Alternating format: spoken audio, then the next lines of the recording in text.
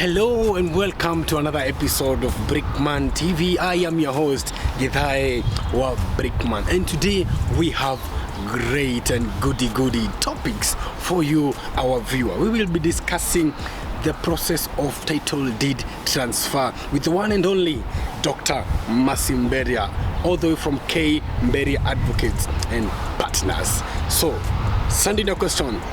Text us on the number below the screen. Ask any question you used to ask, and we will answer immediately. Thank you. Twende tukasikie mawaidha.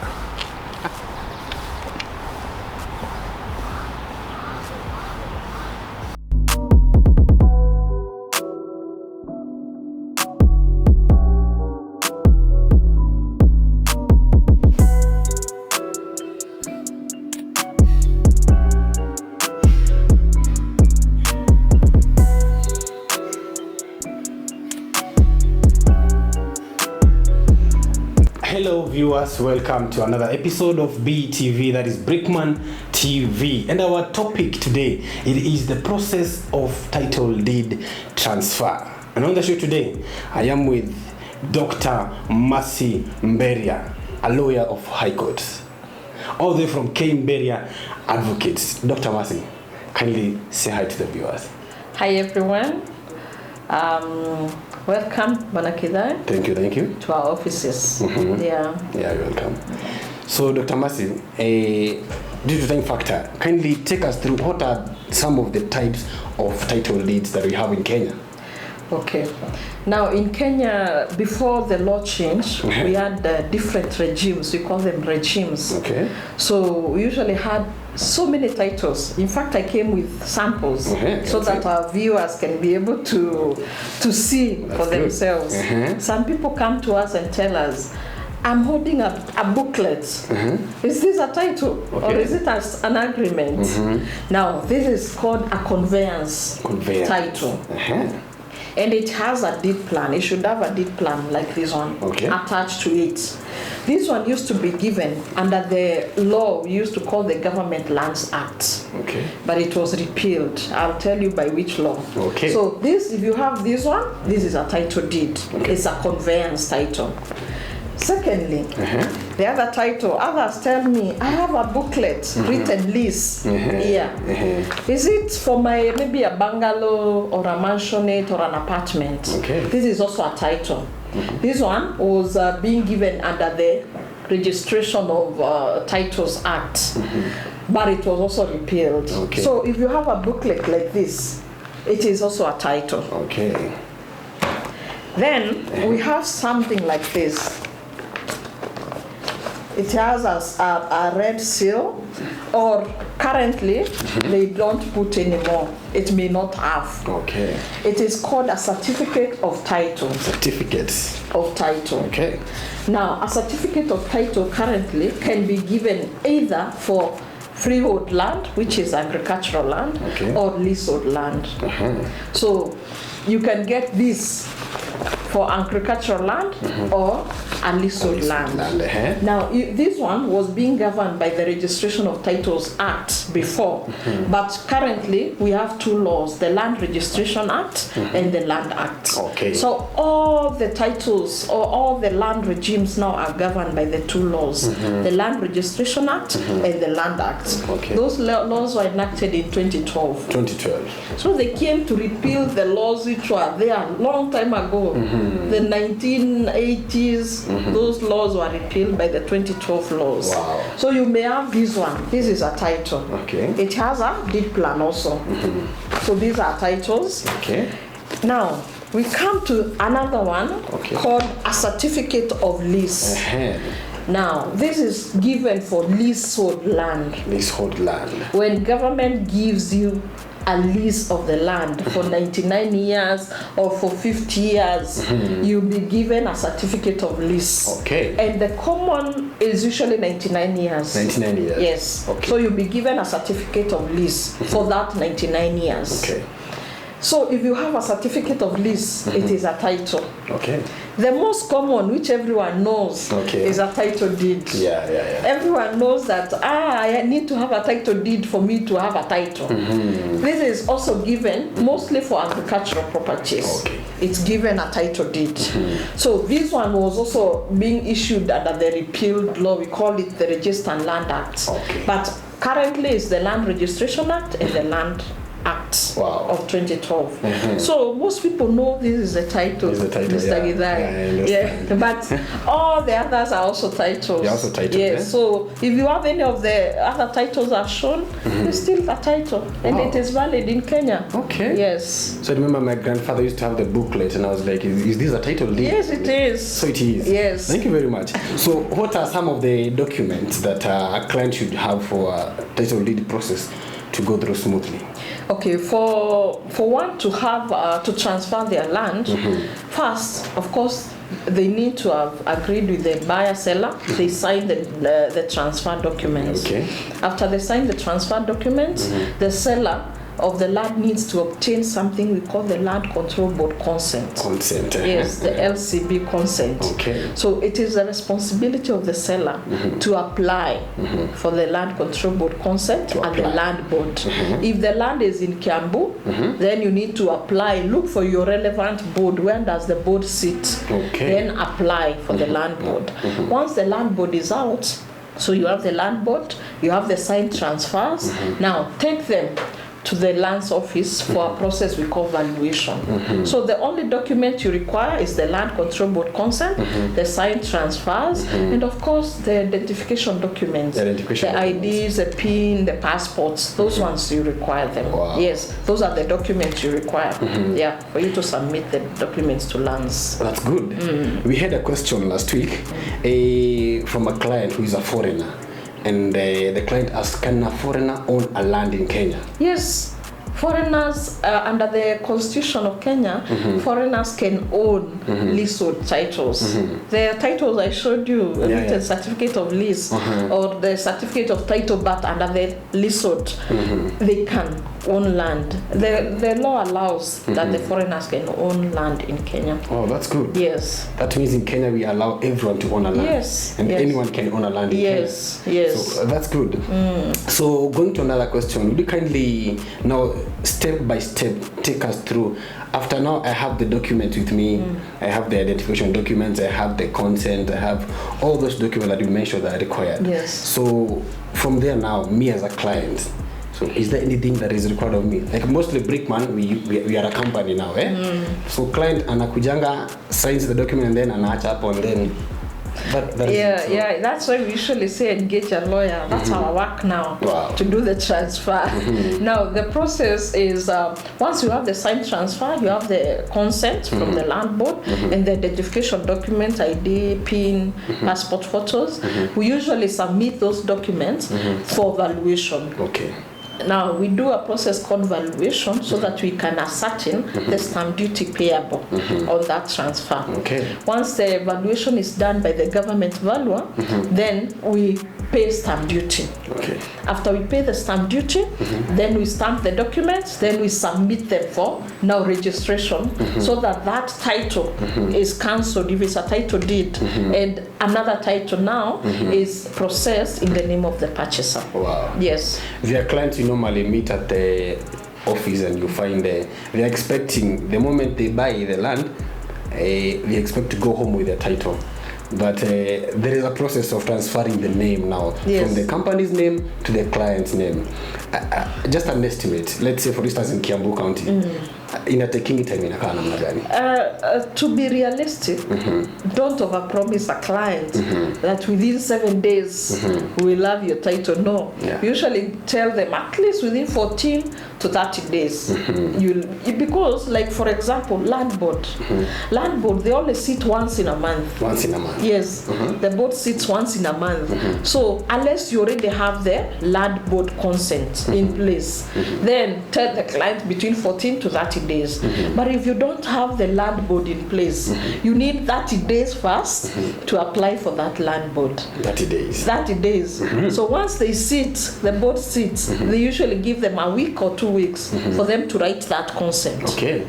Already almost 2 months are over. So to be realistic, you need at least 90 days. And that's why most of the contracts, sale agreements, they usually indicate 90 days as the completion date. Okay. For you to be able to procure the land board consent and get any other documents you require to be able to transfer the property. Wow. Yes. So you need at least 90 days for your title to be out. Yes. Under your name. Yes.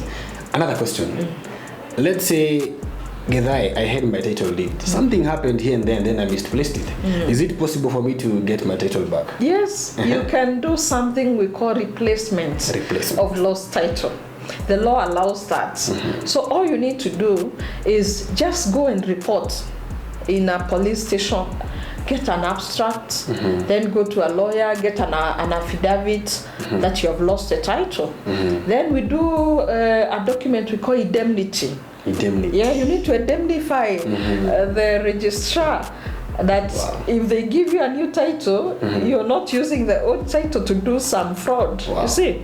So we do an indemnity, and once we do the indemnity, then we'll do a process we call gazettement. You advertise. You need, when you look at the newspapers, at the back page. Yes, not the actual katikati, you'll see so many lost titles. Lost title. It's a requirement that you need to advertise.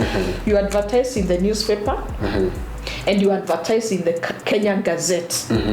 So you need to do all that process, but you'll get a new title. A replacement title. Let's say, for instance, after I replaced my title, nikapata the one that was lost. You're supposed to submit the previous one for cancellation. For cancellation. Yes, because now you have been reissued with a new title.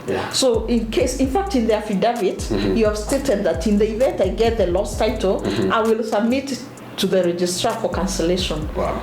So you need to submit the old title, then they will cancel. Yes. Wow. Due diligence. Most of the customers, due diligence. I need to know whether the title is legit. So, speaking of the title deed, what are the most important parts of the title deed? I understand it has several pages. The title has only 4 pages. 4 pages, yes. The first page where it's written the title deed with the details of the person registered there. There are most of the registrars usually put IDs and PO box and the registry down there.